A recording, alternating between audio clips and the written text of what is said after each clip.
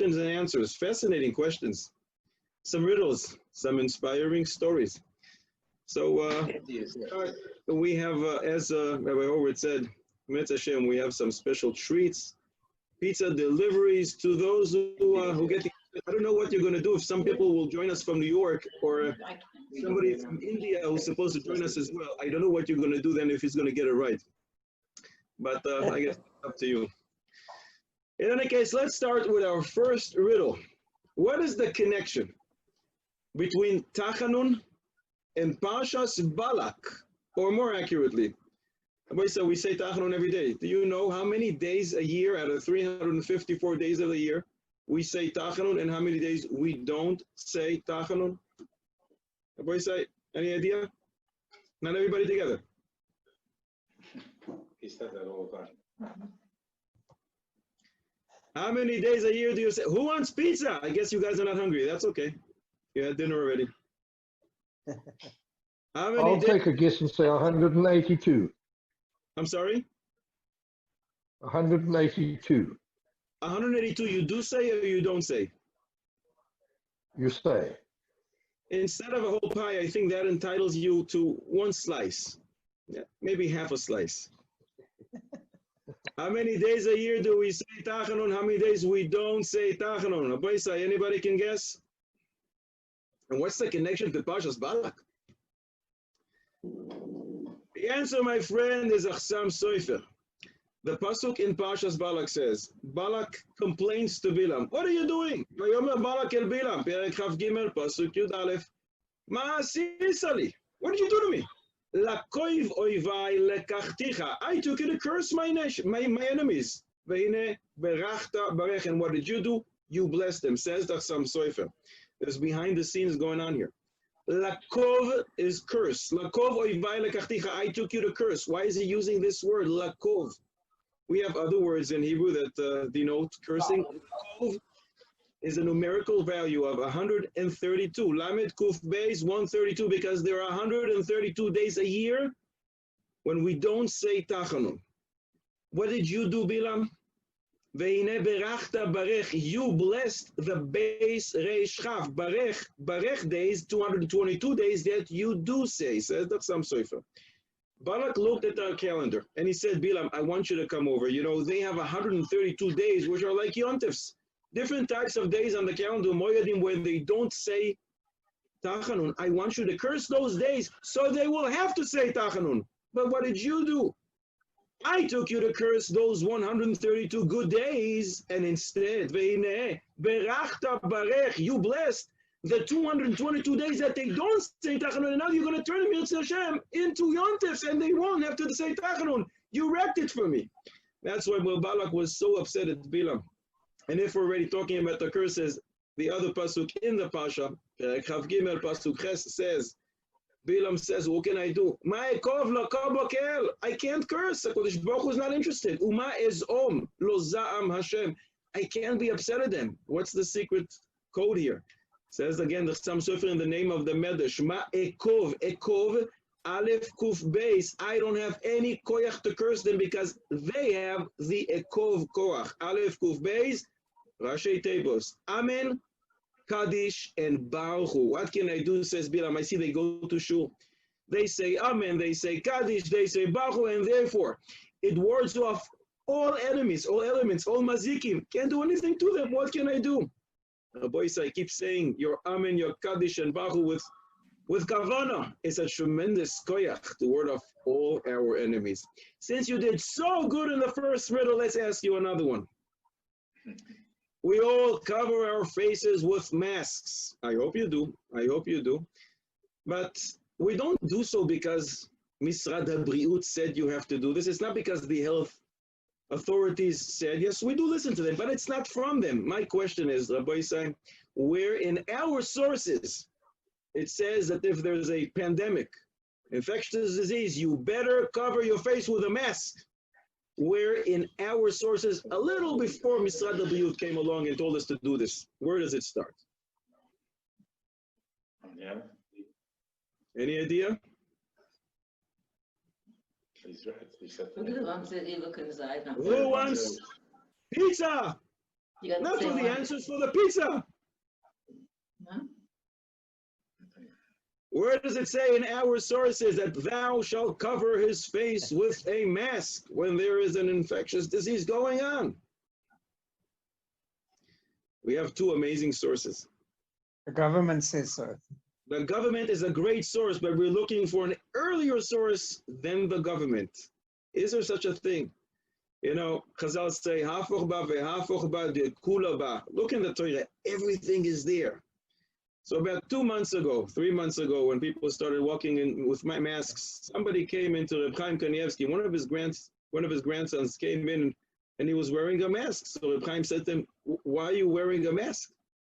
And he said, "What do you mean why? Because there's a pandemic going on." He says, "Yeah, I know, but why are you wearing a mask?" He says, "Because Misrad Habriyut said you have to wear a mask."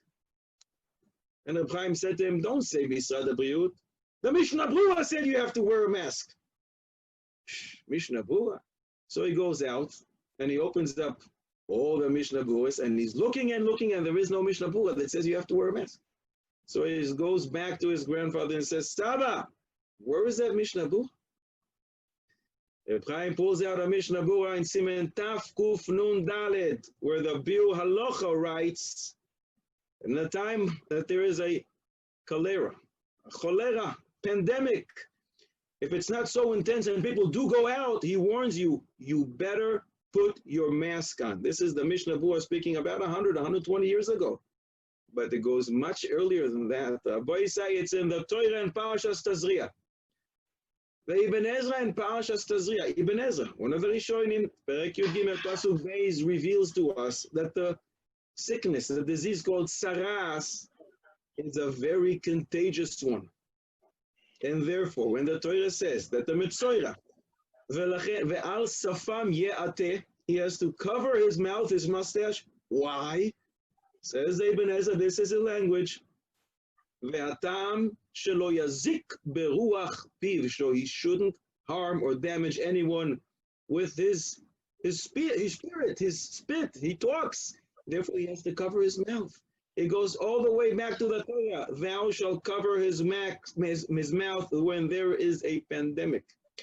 It doesn't stop there because the tool on the Torah, the Ralbag, Rabbi Yisrael Rishonim, they explain, why does the Torah say that the Metzora has to sit separately? Yeshev Badad. So we always knew the Gemara in Erchin Daf Tet Zayin Amud Beis, where the Gemara says that he separated people with his Lashon Hara. He caused a man, a husband and wife to separate, friends to separate, and therefore he should be separated, measure for measure. That's true. But the Tur and the Ralbag and the Torah say, what do you mean why he should sit separately? Because it's an infectious, contagious disease. Let him sit by himself. So this goes all the way back to the Torah itself. There's an amazing Tosfos in Baba Kama Chaf Gimel Amud Aleph. Listen to our language of Rabbeinu, the Tosfos. Yoiser tzarich adam lehizaher shelo yazik acherim me'asher yuzak be'atzmo. A person has to make sure that he doesn't harm other people, more so that he takes care of himself, that he himself shouldn't be harmed. How careful we have to be. Whatever it is, the masks, spatial distancing, whatever it is, we must listen to all the regulations. Listen to a Sefer Hasidim, Simen Taf Reish Ayin Gimel. The Sefer Hasidim darshans and a pasuk lifnei iver lo sitel mirshol. Don't put a stumbling block before a blind person. What is this talking about? Says the Sefer Hasidim, Ratz Rabbeinu Yehuda HaChassid, 900 years ago. And if a person has shchin, he should not go into the bathhouse with a person who doesn't know that he has shchin. And if he doesn't tell this to his friend, he is transgressing 3 things. Lo siten iver lifnei mirshol, ve'ahavta lereacha kamoicha, and another pasuk, lo tamod al dam re'echa. Unbelievable. Reb Chaim Palagi, in Nishmas Kol Chai, Shalos Tshuvas Nishmas Kol Chai, in Chelek Beis and Choshen Mishpat Simen Mem Tet, was asked a very interesting question by a doctor. There was a pandemic back then, and this doctor was treating a lot of people, and the shul members wanted to know, do we have the right to prevent this doctor from coming to the shul? We don't want to be infected. Do they have the right to say, doctor, we love what you're doing, stay home. We don't want you to come. And Reb Chaim Palaji Paskins. The doctor has the right to come to shul. However, he must build a mechitza around him so no one will be harmed. Where is he taking it from? From a Mishnah in Maseches Negaim. Perek Yud Gimel, Mishnah Yud Beis, the Mishnah says, if a mitzvah comes to shul, we make a mechitza for him. This is regarding Hilchos Tuma, and he goes in first and he leaves last in order not to harm anyone, not to get them tameh. And just like a person must be careful if he has a fire going on, you got to make sure you don't harm anyone. Rambam in Hilchos Rotzeach says one is not allowed to bring a disease on himself, whether it's a physical one, a mental one, and therefore we must listen to all the regulations. And based on this, we're going to ask the Talmidei Chachamim who are joining us today. Interesting halachic question.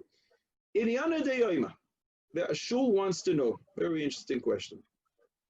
You know, some people every so often forget the masks for some reason, even though it's 3 months, it's not a part of us. So people come to shul and they forget the mask. The shul wants to know, can we use the budget of the shul to buy a box of masks for those people who forgot the masks? What's the sides of this question? On one hand, those who say, Chas v'shalom, you're going to use the shul's budget for this? Wait a second. The mask is part of your attire. It's part of your clothing these days. Tell me, if you forget your shirt, will I buy your shirt? Will the shul supply you your shirt and tie? Turn around, go home, and bring your shirt. You're walking in the street without a shirt. You're walking in the street without a mask. It's the same. The shul doesn't have to provide you with the mask. But those who want to allow would say, but wait a second. We buy toilet paper, we buy tissue, we buy wipes, we buy disposable cups for the wait a second, maybe next Shabbos when there's a Kiddush, I'll tell you to bring your own Kiddush cup. We don't do that. The shul obviously supplies all kinds of goods that are not Sidurim and Chumashim. So why not? This is part of it, and this is definitely one of the things that should be in a shul these days. But the question is, what did the people who sponsored the shul, the people who donate to the shul, the paying members, what did they mean for the shul to do with the dues, with the money that they pay to the shul? Rabbi Isai, what do you say? Should the shul buy the masks for those who forget it or not? Rabbi Isai, open up your mics and let's share. Yes, but why? Some shuls even buy, like, yarmulkes in case somebody walks in without a yarmulke. I think that's like kiruv-oriented shuls. I don't remember the last time I saw it in the Bell shul. I don't remember the last time I saw it in Ponevezh. Kanievsky or in Ponevezh. So that's a great thing to do if you're in Kyiv, but every shul has it? I don't think so. There's a story of Reb Chaim Volozhiner where he told somebody, depending on what your kavanah is, when you give the money will get spent accordingly. The toilet paper or the svarim. That's a great story, because that person was upset about the Meshulach who came in a fancy car, and he said, this is what I'm sponsoring. And Reb Chaim Volozhin said, well, it depends on your kavanah. If ultimately you have a good kavanah, your dollar will go 100% to the people who learn Torah. But when we can't ask the people, some people sent money from far away, some people are not here, or even if they are here, what is the kavanah of the people who give shul? And is it right to spend money on something that you should bring? Just like I don't supply you your shirts and other parts of your clothing, I don't have to supply you with masks. Or maybe I'm wrong. But svaros are great. We need documentations. We need some kind of sources. Gemara, Shulchan Aruch, Poskim, give me something. And if you don't have something, at least take a real good svara. Rabbi say, what do you say? There's a pizza at stake. What do you say, Rabbi say? Yeah, of course they have to. Because say there were only 9 men there, and the guy who comes in without a mask, he's the 10th man. And if they had to send him home, they wouldn't have a minyan. So they got to give him a mask. What if it's a shul? What if it's a shul that has 422 members and they're always there on time? You still want to buy the mask? Well, you're preventing someone from davening. Please God, there should be a shul with It's pizza material. I think it's pizza material. Which one? I think the svara he just said now is something I didn't think about, but I think it's a great pizza material.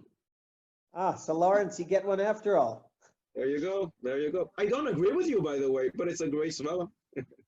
So let's try. Shulchan Aruch. We have a document. Shulchan Aruch Orach Chaim. In Siman Kuf Nun Gimel Seif Hey, the Shulchan Aruch says, a shul that collected money, they raised money to buy or to build a shul, to build a base medrash, to build a teva, to buy a sefer Torah, to buy the mitpachas, the cloth, the Sephardi, they covered the sefer Torah with a cloth, and they had money left over. That in itself is a chiddush. When is the last time that happened? You raise money and you actually have leftover. Says the Shulchan Aruch, you can take that leftover money and do whatever you want with it. And the Mishnah Berurah there in Seif Katan Yud Dalet says you can use it for anything, which is Sorchet Tzibur, even something that doesn't have Kedusha. I think that implies even a mask. In Mishnah in Maseches Shkolim and Perek Dalet Mishnah Beis, the Mishnah says, all tzorchei ha'ir, everything the city needs, comes from shiarei halishka, even though shiarei halishka is money of tzedakah. So we got that covered. We can use it for tzorchei tzibur, but what happens when we start arguing? There's 422 people in our shul, and everybody has their own opinion. So now there are 422 different opinions. Is this considered tzorchei tzibur? And how will we decree that? There's a Rema in Choshen Mishpat, in Simen Shkuf Samech Gimel Seif Aleph says the Rema. When there's an argument and you don't know to define what is considered Sorchet Tzibur, all the paying members should sit down and should be mekaber on themselves that they're going to say their opinion, L'Shem Shamayim, and follow the majority. So in our case, I think masks are definitely called Sorchet Tzibur, because it's the toiva, it's the benefit of all the tzibur that everybody should go around with masks, that no one should be infected, nobody should be infected, nobody should infect others, and not less important, if somebody comes to shul and he forgot his mask, for us to tell him, listen buddy, turn around, go home, it's extremely embarrassing. And Gadol Kvod Abriyos, we do not like to embarrass people. It's toivas tzibur, and especially I like Mr. Lawrence's great song. What if it's 10 people in a million? Of course, we're going to need him for the million. Even if it's not, even if it's 19, even if it's 420, each person strengthens the million and adds to Berov Am Hadas Melech, and therefore we're going to allow this tzibur, this community, to buy the masks. Rabbi said, we're back to another riddle, Parshas Balak. We have many principles. Rabbi Horowitz, you have to make sure that we know the rules. Can a person win 2 pizza pies in one evening? Good question. Let's see if it happens. Riddle, Rabbi Sai. There's many principles, many aside in learning Torah. What principle is learned from Parshas Balak? In fact, from Balak himself, from Balak HaRasha, we learn something. A major principle, major yesod in learning Torah. What is it? The question is, if Mr. Lawrence says something wrong, does he lose his pizza? I think you should order it quick for him so he doesn't lose out. Say, what do you say? Let me think on it. What's the question? What major yesod in learning Torah do we learn out from Balak HaRasha?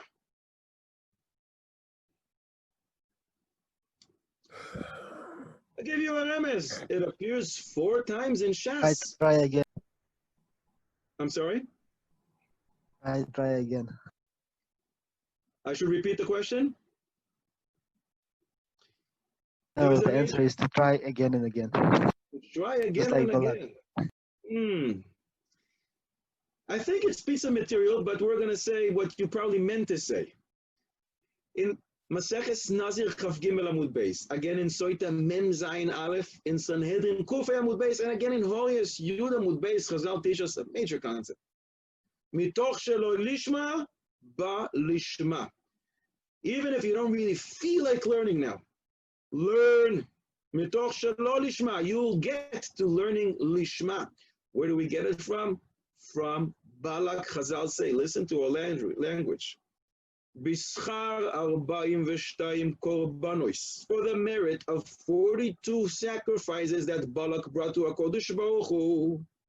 He merited, and from him came out Rus. In other words, from him comes Melech HaMashiach. See, Rus was the granddaughter of Eglon. Eglon was the grandson of Balak. From Rus will come out Shlomo HaMelech, and he will bring up a lot of sacrifices to HaKadosh Baruch Hu. You see, mitoch shelo lishma of Balak, ba lishma of Shlomo HaMelech. I think pizza material definitely for him. You're doing so good. Another riddle. We meet Bilam Harasha in this parsha. Is there any connection between this wicked Bilam and Yosef HaTzadik? Yosef HaTzadik and Bilam Harasha, any common denominator between the two?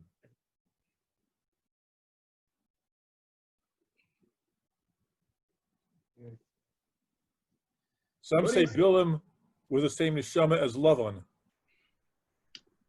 And the Imahos came from Lavan. So that's a gramma de gramma, very, very indirect. Much clearer connection between the two. I think Bilam advised Balak, and the same way Yosef advised Pharaoh. You're very close. Bilam was the advisor to Paro, not to Balak. By the way, Rabbi, you just heard a voice from India. We are joined by our dear friend from India who just shared with us, and it's not so early in India. What time is it there? It's probably around midnight. Wow. But to learn Torah 24/7, people all over the world, and Baruch Hashem is a tremendous chizuk, and we thank you for joining. Rabbi Isai, Paro had advisors, 3 of them. Eov, Bilam, and who's the third one? Yisro. So Bilam was an advisor to Paro, and we know Yosef was the same. But more than that, both of them, Bilam and Yosef, were dream interpreters. In the Medrash Bamidbar Baraba in Parashat Chaf Os Zayin, it says that Bilam was a poister chaloimus. We know that Yosef was because it says so in the Torah, Parashas Vayeshev. In fact, Baal HaTurim brings a remez in our Parsha, Perek Beis Pasuk Hey.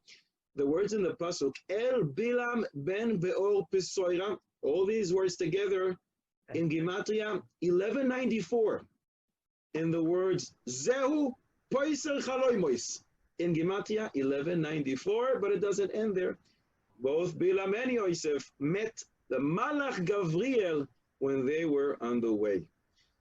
But you're so good with the family of Yosef, so what is the connection between Bilam and Osnat, Yosef's wife?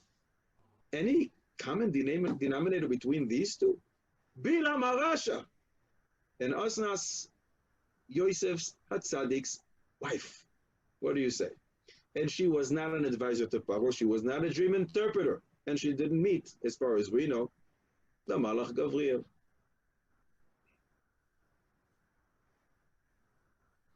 Any idea? Listen, if I was you, I would just throw out all kinds of things. What do you have to lose? You have a pizza steak. Next time I think of Rehoboth, we should do it a little earlier in the day. People already ate dinner. I think that's why. Okay. What's the connection? Asnas, Yosef's wife, and Bilam. His sister, I'll take it first. Anyone? I'll take a guess and say it was his sister. I'm sorry, Yes, say it it was again. Bilam's sister. It was Bilam's sister. Asa is Bilam's sister? Yes. How was that? Who's their father? Taking a guess. That's a wild guess. Very wild guess.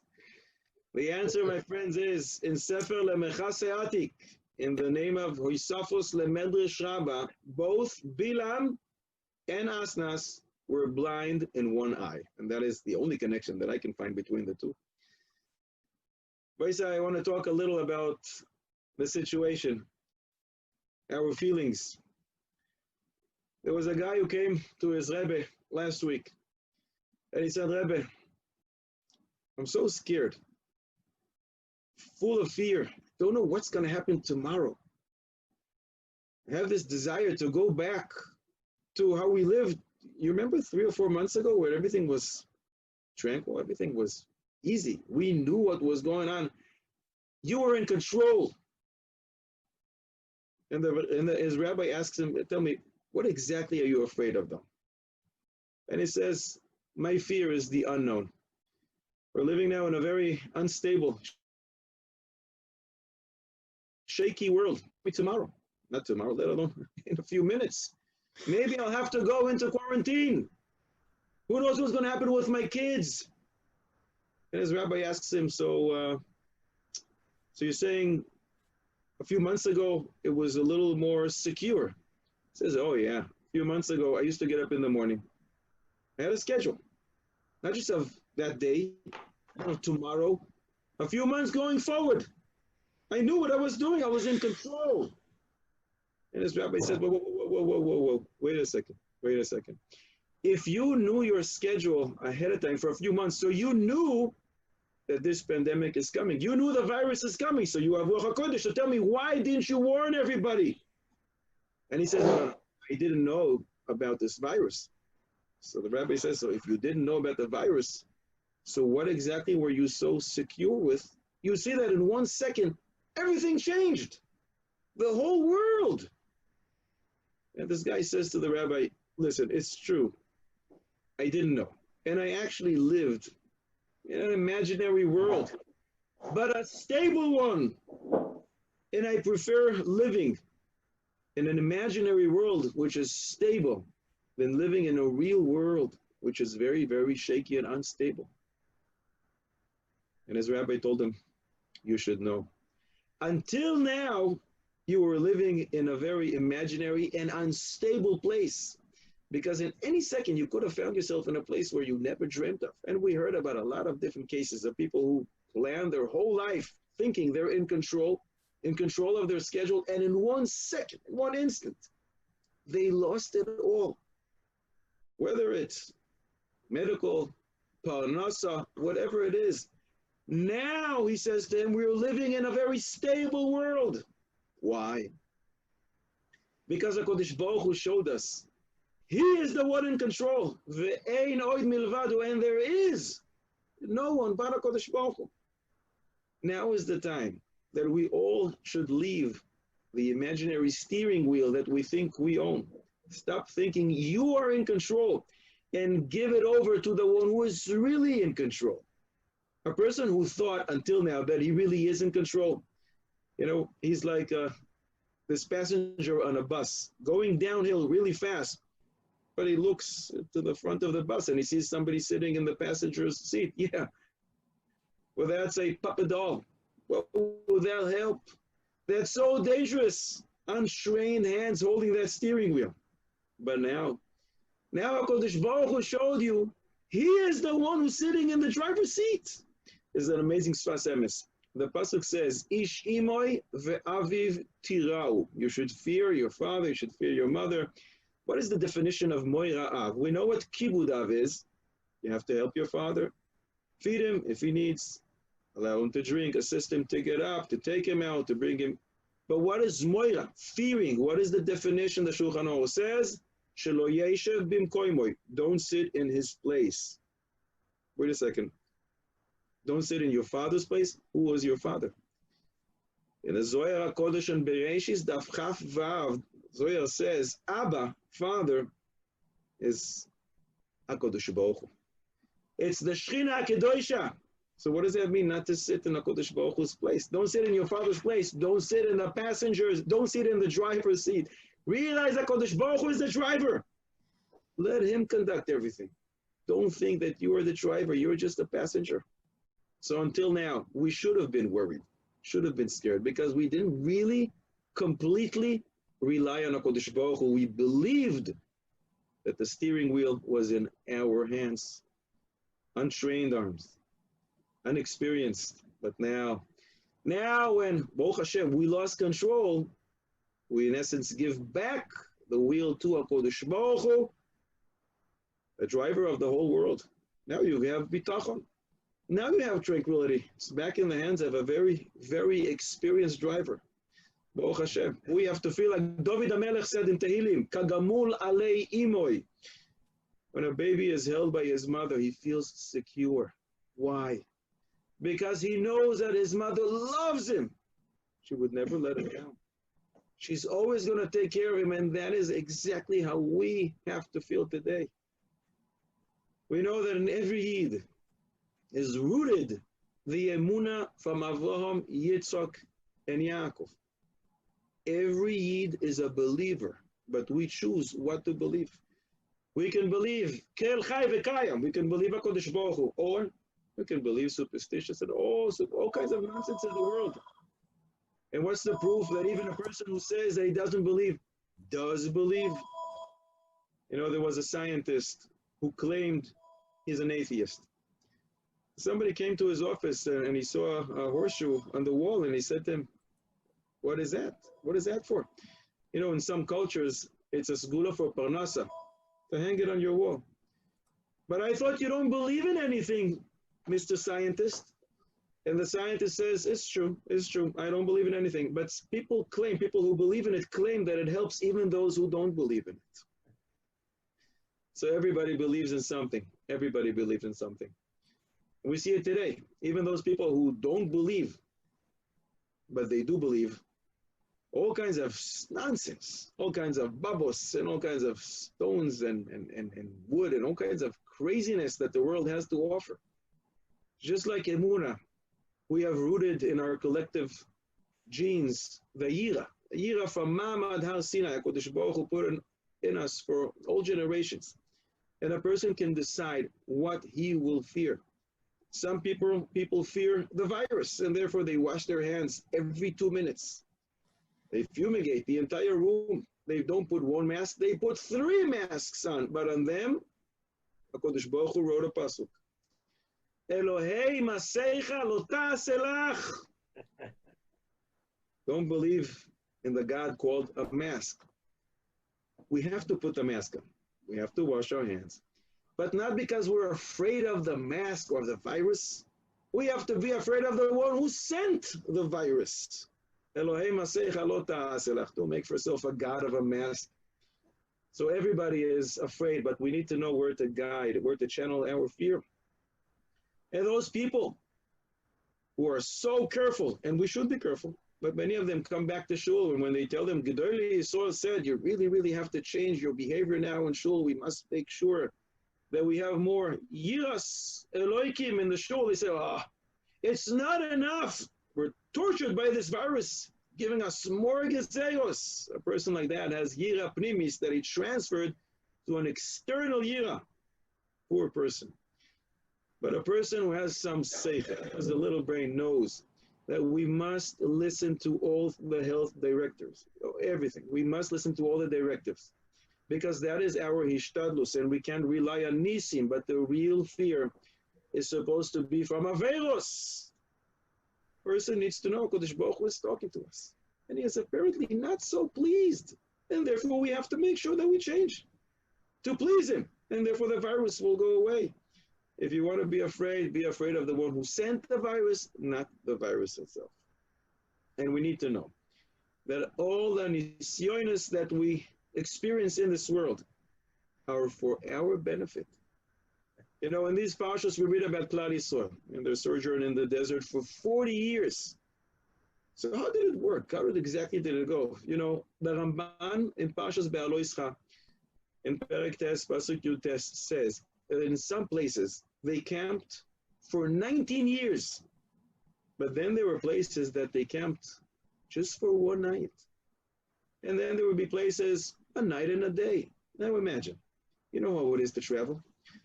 So you're with your big family. Remember, a woman would give birth 6 kids at a time. So they had big families. And you travel and you travel and you travel and you get to a certain place and the clouds of glory start blinking red. That means you park. Okay, we're camping here tonight. And they did.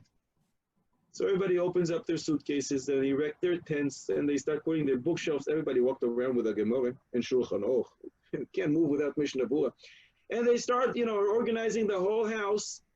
As they get up in the morning for nets, they all daven, and suddenly the clouds of glory start blinking green. That means you have to go. You got to pack up your suitcase now. Can you imagine?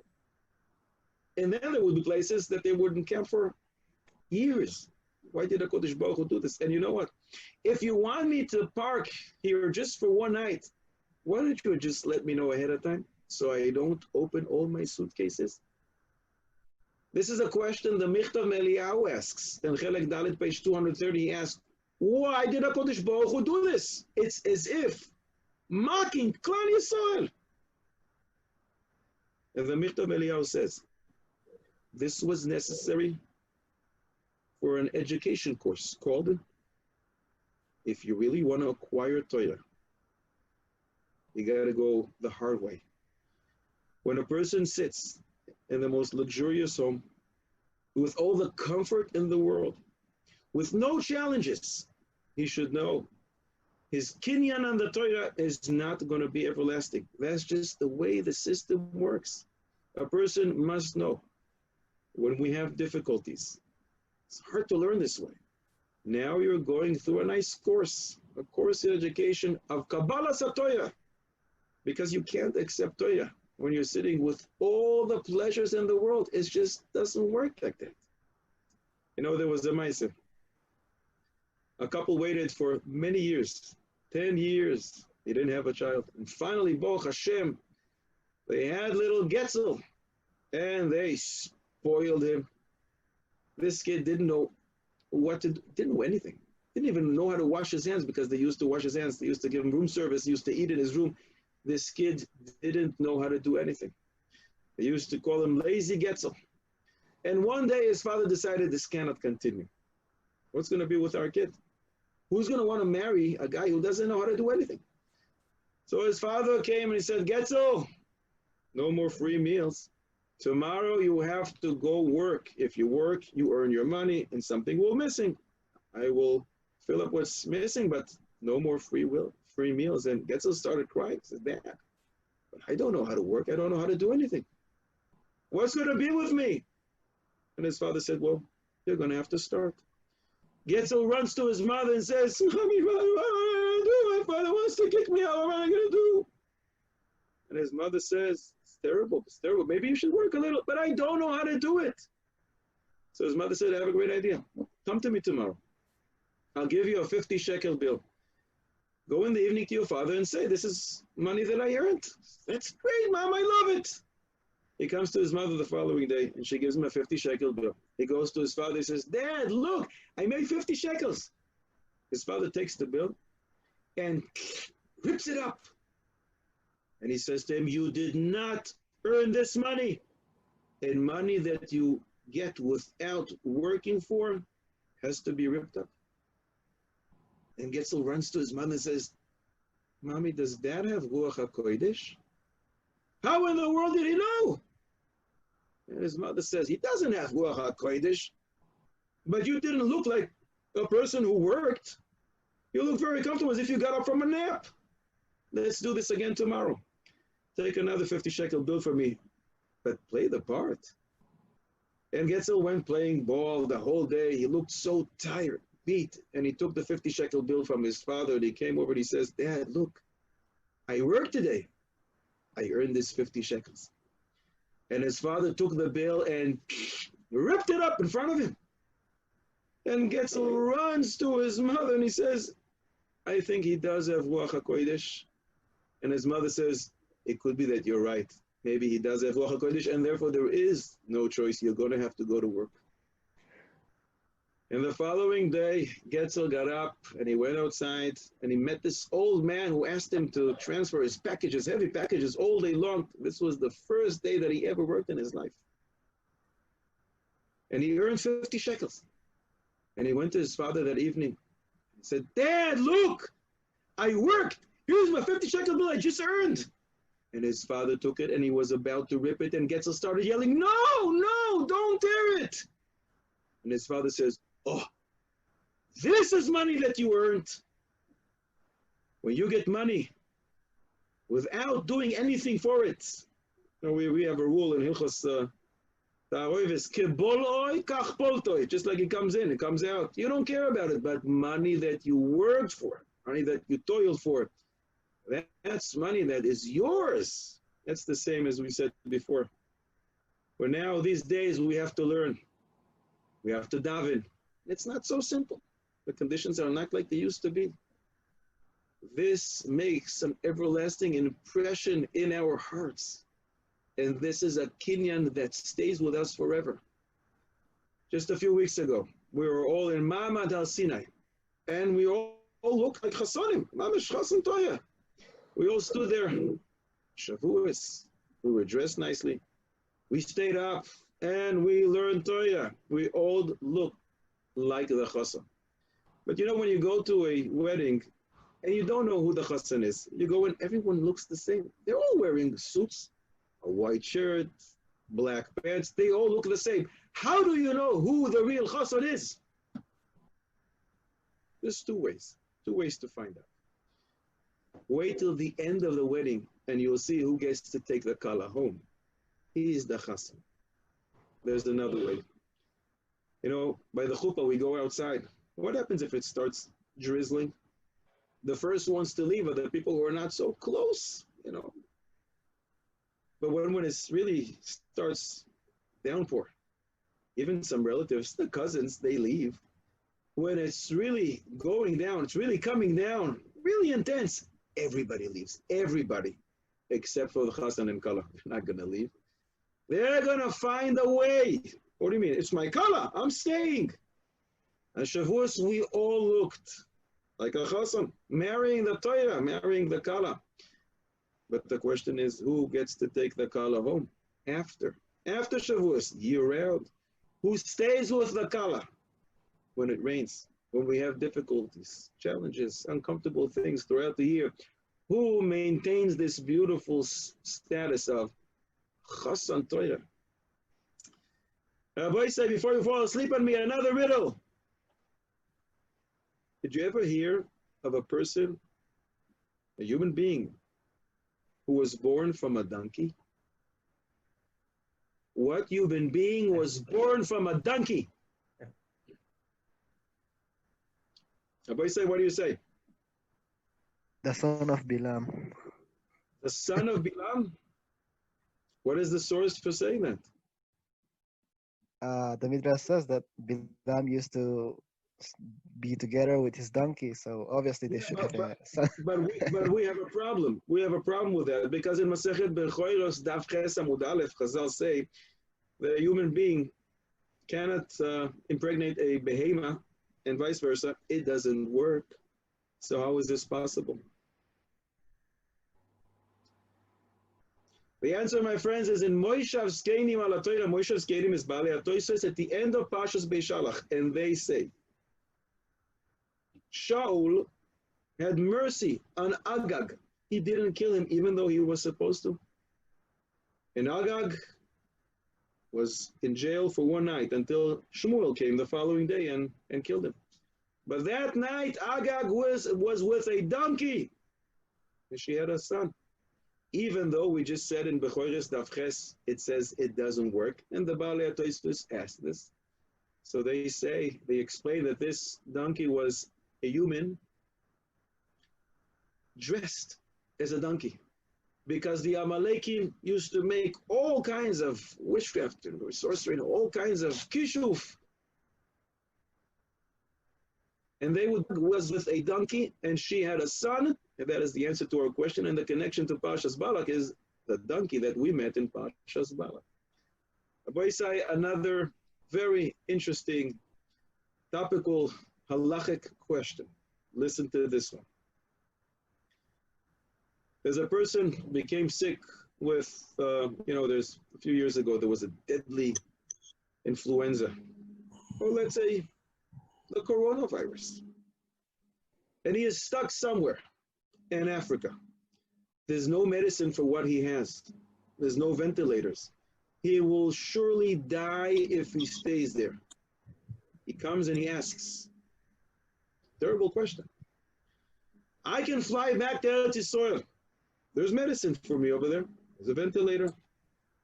But when I get on the plane, potentially I can infect. How many people were along with him? I don't know, 450 different passengers. Is he allowed to go on the plane, potentially infecting so many people with a deadly disease Or should we stay? What can we do? Stay here, wherever he is, and daven to HaKadosh Baruch Hu with all the fervor that you can muster. My friends, what do you say? You can unmute your mic. If I should give it a try, I think when you are in the desert, and when 2 men is in the desert, and you have only a little water left with you, you are not allowed to give it to your friend. I think the same way, you are not allowed to save the life of even it's many, I think, in order to risk your life. You're sending us to Maseches Baba Metzia Samech Beis Amud Aleph, where we learn the machlokes of Ben Ptura and Rabbi Akiva. Two people are walking in the desert, and there's only one jug of water. It belongs to one of them. Ben Ptura said they both should drink and let no one see how his friend dies. Says the Gemara, Ad Sheba Rabbi Akiva, until Rabbi Akiva came and he taught, no. If it's yours, you drink, because chayecha koidmin lechayei chavercha. Your life comes first, and that is what you're sending us to. The question is, can we apply it here? Soon we'll see. Yeah. Anyone thinks that the person should stay in Africa and just daven? He should stay. Stay in Africa. Why? Yeah, because he's a roidif. He's not allowed to get on the plane. He is a pursuer. You're potentially going to kill 450 people who gave you the right to do this. What if it's a small plane, only 22 people? Still don't like it. What if it's 4 people? Still. No, that's because the Gemara in Bamatzia is 1 against 1. So therefore you could say, who says your blood is redder than mine? But when it's 1 against, so then Avada, the collective dam of more than one person. Anyone wants to argue with Rabbi Horowitz? Even though he is the one holding the pizza delivery keys. Not sure I'm disqualified for myself. Yes, you did. Vaisai, what do you say? Or I think would Safek be a good argument, because no one knows if every one of them would die. Okay, so let's explore this. You just alluded to a Gemara in Masechet Pesachim Daf Chafei Amud Beis, Rabbi Horowitz, where the Gemara tells a story. A certain individual, we'll call him Reuven, came to Rava, and he said, you know, the mayor of my town said that I have to go kill Shimon, my friend, and if I don't, this governor, this mayor is going to kill me. So Reuven asked Rava, am I allowed to kill Shimon, my friend? And Rava said to him, no, my chazi is the dama didak, sumak tfei, dilma dama de chaverach, sumak tfei. Why do you think your blood is redder, more beloved to HaKadosh Baruch Hu, sweeter? Maybe your friend's blood is a little tastier in the eyes of HaKadosh Baruch Hu, will give him more flavor, more pleasure to HaKadosh Baruch Hu. In other words, we do not apply chayecha koidmin in pikuach nefesh of someone else. But maybe by us it's different. Because over there, he's going to take a sword and kill his friend. By us, it's only by grama. It's an indirect way that potentially they will be infected. Maybe this is like the Migdal Oz. The Migdal Oz was dealing with an interesting question. A goy came to him and he said to him, listen, give me your sword because I want to kill your friend. And if you don't give me the sword, I'll kill you. In that case, are you allowed to give the goy your sword? And the Yavitz writes, not so sure. And he goes through it and then he says, you know what? Yes, you're allowed to, because you're not doing any action. You're not doing any pe'ula. All you're doing is giving him the sword. The goy is the one who's going to use it. And the Yavitz says, yes, if you need to save your life, you're allowed to give him the sword. But again, maybe the yesh lechalik, maybe our case is a little different, because there you're giving a weapon to the goy who is going to do something. Here, you yourself are the weapon. You're spreading the virus. How do we say virus in Hebrew? It's called Nagif. Nagif, Rashi Tevois. It's an acronym for Nes Gadol Yihye Po. Bekov, Emir Tzeshem. By the way, there's an amazing Chiddush on this Gemara that we just quoted from Sochim Chafei. Amazing, you have to put your seatbelts on for this one. Maharam Chalava. This is about 650 years ago. So one of the Rishonim.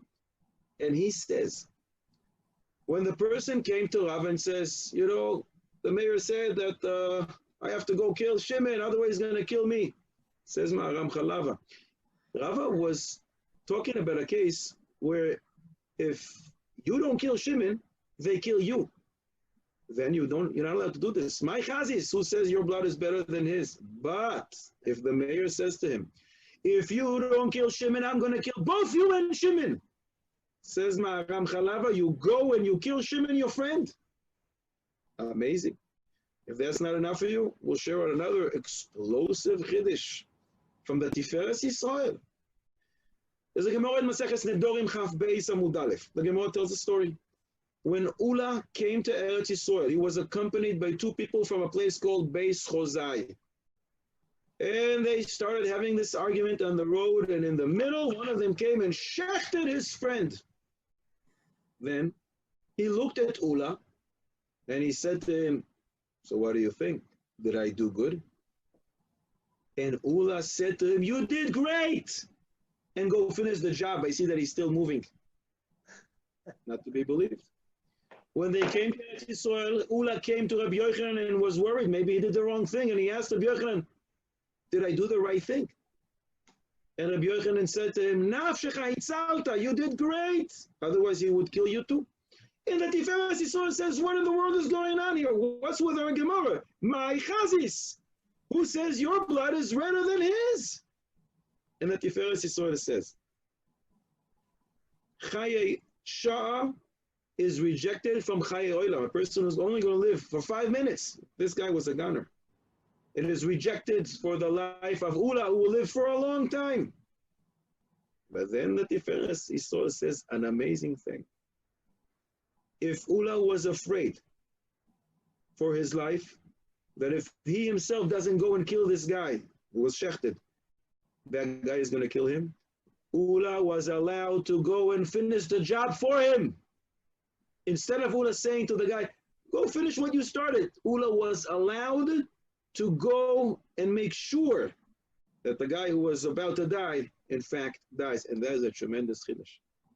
Back to our case. This shaila was asked a little before the corona time, about 12 years ago, 13 years ago, to Maran. Rav Eliashiv Zecher Tzadik Livrocho, and Rabbi Eliashiv said, the patient who will board the plane is not involved in a cruel act. He is involved in Hatzalah. He is allowed to go on the plane to try and heal himself. You're saying maybe some people will be infected? You're right. Maybe, it's a suffix. Some people will be infected, but if he stays there, it's a vadai, it's a certainty that he will die. We cannot block the path of this patient for recovery.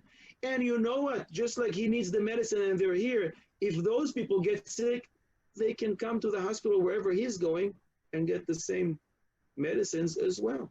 And this is very similar to what the Chazon Ish says in Yoredei Simon Samech Tet.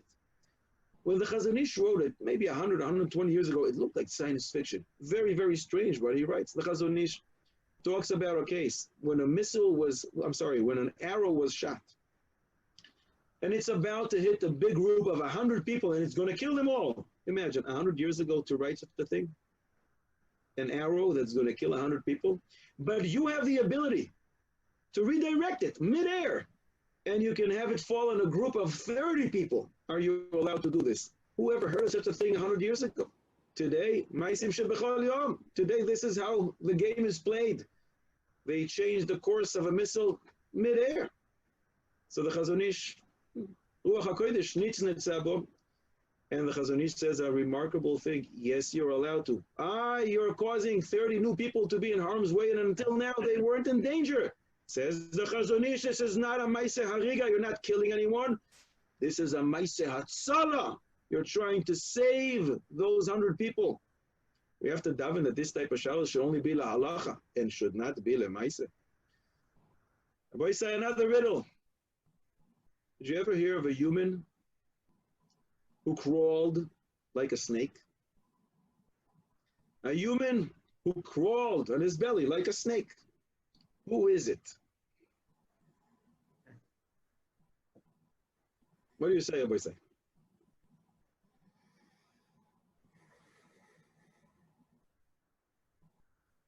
We know people who behave like snakes. We unfortunately met a few.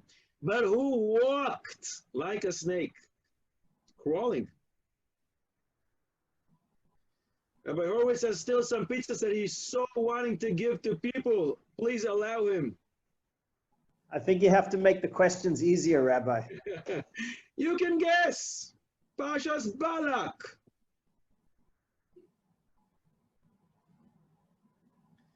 Rabbi Say, the answer is Bilam Harasha. In Perek Chav Gimel, Pasuk Gimel, the Pasuk says Vayelech Shefi. Literally translated, he walked alone. Rashi says, as the Targum renders alone, the term denotes ease and quietness, that he was accompanied by nothing but silence. But Targum Yonasan ben Uziel, listen to our language, the Azil Gachin Kechivya. He was walking, crawling like a chivya. Chivya is a snake.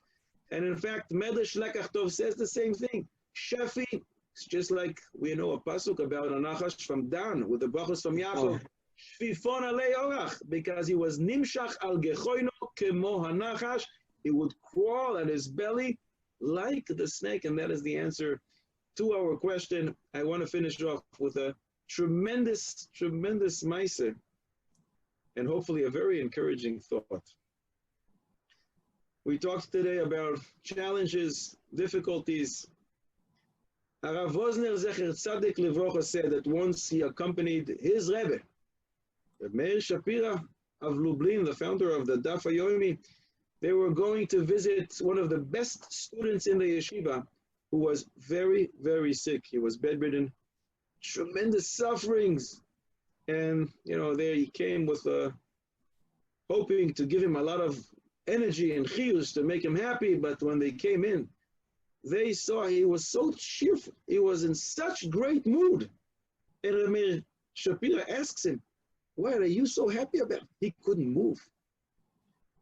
And this Talmud said a remarkable answer. He said, I was thinking, what is my tafkid in the world? What does HaKadosh Baruch Hu want from me? What can I do? I can't move, so why does HaKadosh Baruch Hu put me here? What am I supposed to do in order to benefit this world of HaKadosh Baruch Hu? And I suddenly remember the Gemara. Because in Masechet Shabbos Yud Beis Amud Beis Chazal say, the Shechina is found merashoisav shel choile. The Shechina is right there, by the bed of the sick person. So this Talmud says, so then I realized this is my tafkid, this is my job. I'm supposed to bring Shechina down to this world. But wait a second, I said to myself, in Shabbos Daf Lamed Amud Beis Chazal say, Ein Shechina shoira, lo mitoch atzvus, ela mitoch simcha. A person cannot have the Shechina reside on him if he is sad, only if he is besimcha. If that's the case, he says to himself, if I'm going to be sad, I'm kicking the Shechina away. And therefore I decided, I know what my job is. This is why HaKadosh Baruch Hu had me in bed. He wants me to bring the Shechina down, and the only way I can keep the Shechina here is if I am happy all the time. So this is my job, and I'm trying to do a good job. Reb Meir Shapira said, this is something that has to be carved on our hearts and has to last for generations. We always can, and we must do a positive spin on everything. We're in the Corona era. We have to do a positive spin on things. We can. Be creative. Stretch your imagination. It's up to us. HaKadosh Baruch Hu obviously wants something. What is it? Lev Yodea Maras Nafsho. Each one knows what he needs to improve and what his avoida is. There's no prophets in our time. But each person knows with his connection and relationship with HaKadosh Baruch Hu, what he can do to make it a little better, and in essence, to make this place a better place. In Mitzvah Shem, we should all be zoiche to the time that Nagif, remember the Rashi Tevos, Nes Gadol Yihiyeh Po, Bekorov Beyamenu. It was a tremendous source and a pleasure to be with all of you. I thank you all for inviting me, and I thank you all for participating. We should only hear Besuras Toivos. Amen. Thank you, Rabbi. Amen. So, Rabbi,